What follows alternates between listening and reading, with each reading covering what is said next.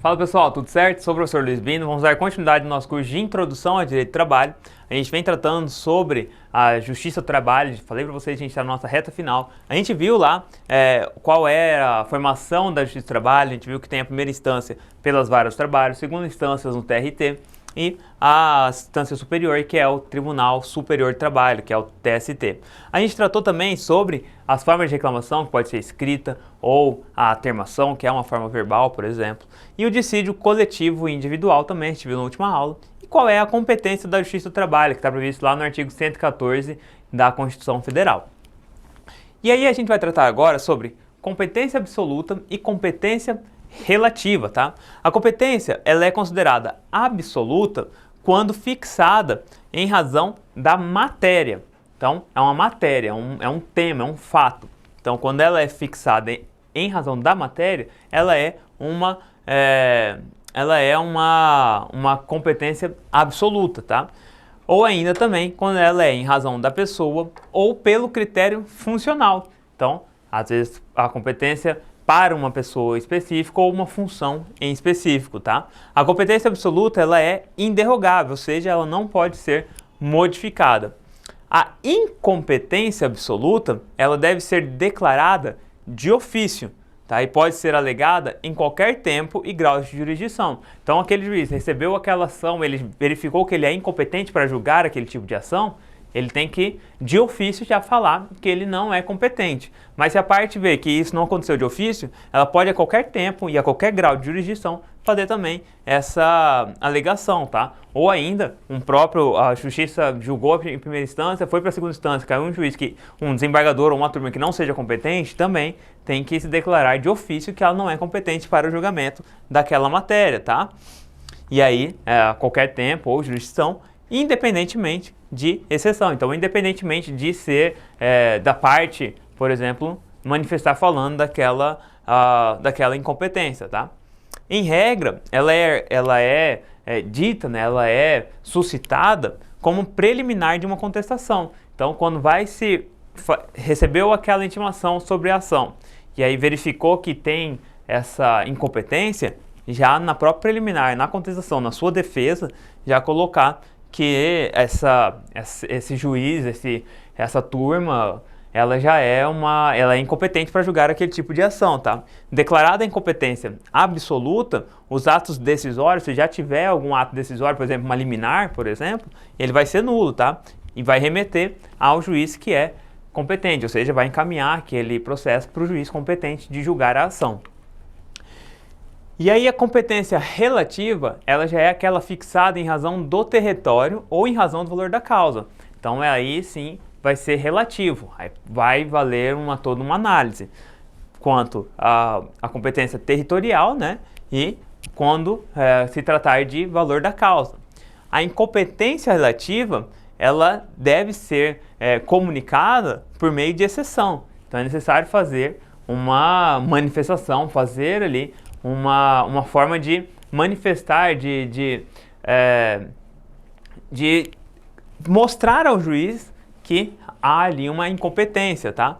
E caso esse réu, né, quando isso ocorre, é na defesa que é feita essa manifestação, então aí é o réu que vai demonstrar isso. E se ele não fizer no momento oportuno, vai dar ao que se chama de prorrogação da competência, tá? Que o juiz que ele era incompetente por inércia, ou seja, porque a parte não manifestou no tempo correto, vai se tornar competente, ainda que ele não fosse competente para julgar a matéria, tá? Embora esse juiz pudesse ter sido afastado, como a parte não manifestou, a parte não apresentou a sua exceção, ela vai ser prorrogada essa competência do juiz, tá? Então esse juiz, neste caso de competência relativa, ele não pode declarar incompetência de ofício, tá? Porque ele não pode conhecer das questões suscitadas, questões reclamadas, a cujo respeito a lei exige iniciativa da parte. Então a lei exige que a parte apresente exceção de incompetência quando a incompetência é relativa, ou seja, quando a incompetência é em razão do território ou em razão do valor da causa, o juiz então ele não pode de ofício dizer que ele é incompetente, tá? E lá na Justiça do Trabalho, as competências absolutas são a material, né, que a gente viu, material e funcional, e a competência relativa é a competência referente a território e valor da causa. Competência material, que é a competência referente à matéria. Então, quando a competência é material, o tema pode ser analisado sob o ângulo dos setores do direito do trabalho, dos tipos de relação jurídica e dos dissídios individuais e coletivos. Então, aqui a competência material ela é referente à matéria, podendo ser setores desse direito do trabalho, podendo ser de relações jurídicas, podendo ser dissídios coletivo, dissídio individual. Então, às vezes, tem uma vara que vai atuar somente em dissídios coletivos, outras varas vão atuar somente em dissídios individuais. Então, aí sim, é matéria, a competência material ela vai se dizer referente ao fato, referente à matéria que está ocorrendo. Os sistemas jurídicos unificados e sistemas jurídicos fragmentados. Sistema jurídico unificado são aqueles que a Justiça do Trabalho tem competência mais ampla, né? Então, ela é unificada, ela tem toda uma competência ampla e abrange não só o direito do trabalho propriamente dito, mas também direito de previdência social e acidente de trabalho, por exemplo. E já no sistema jurídico fragmentado, a competência material para julgar os diferentes setores próprios e conexos das questões trabalhistas, ela é distribuída entre diferentes órgãos da jurisdição. Então, vai se distribuir ali diferentes órgãos dessa jurisdição trabalhista, né? Então, às vezes, uma cidade que é pequenininha, muitas vezes tem esse sistema unificado, que é uma vara só vai julgar tudo. Agora, quando é maior, que consegue fazer uma organização maior, tem uma demanda muito grande, então não pode unificar tudo para uma vara só, consegue distribuir ali essas competências, tá?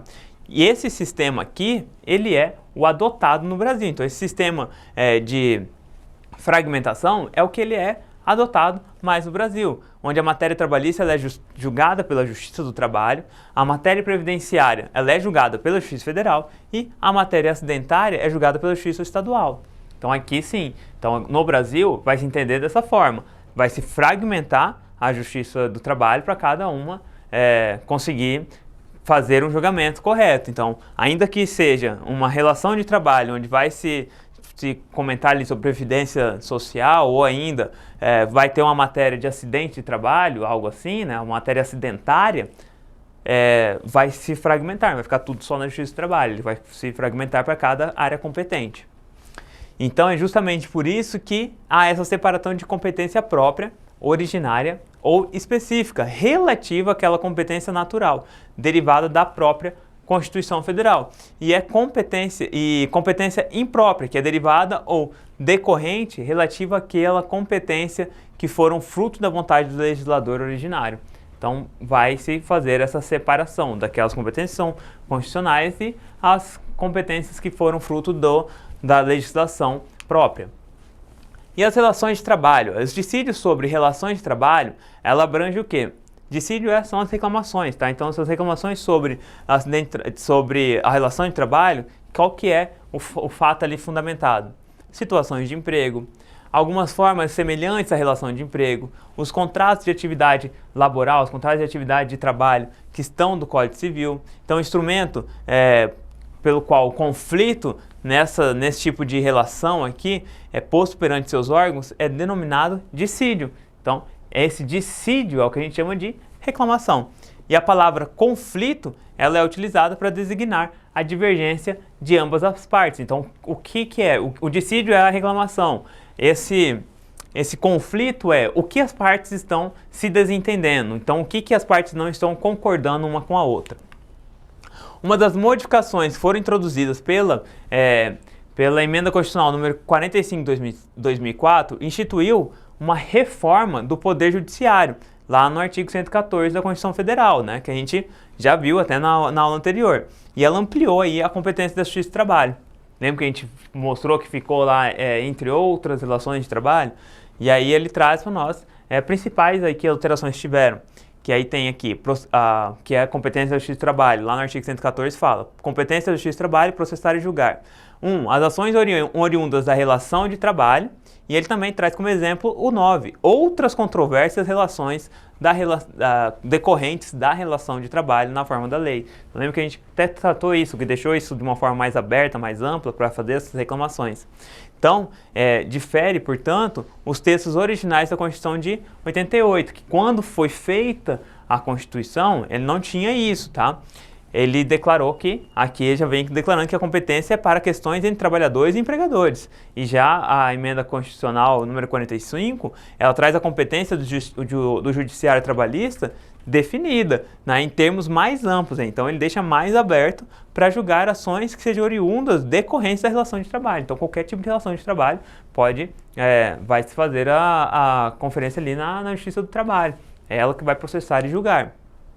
Bom, pessoal, a gente finaliza aqui mais essa aula sobre Justiça do Trabalho. Vou ficar aguardando vocês para a nossa próxima aula e até a próxima.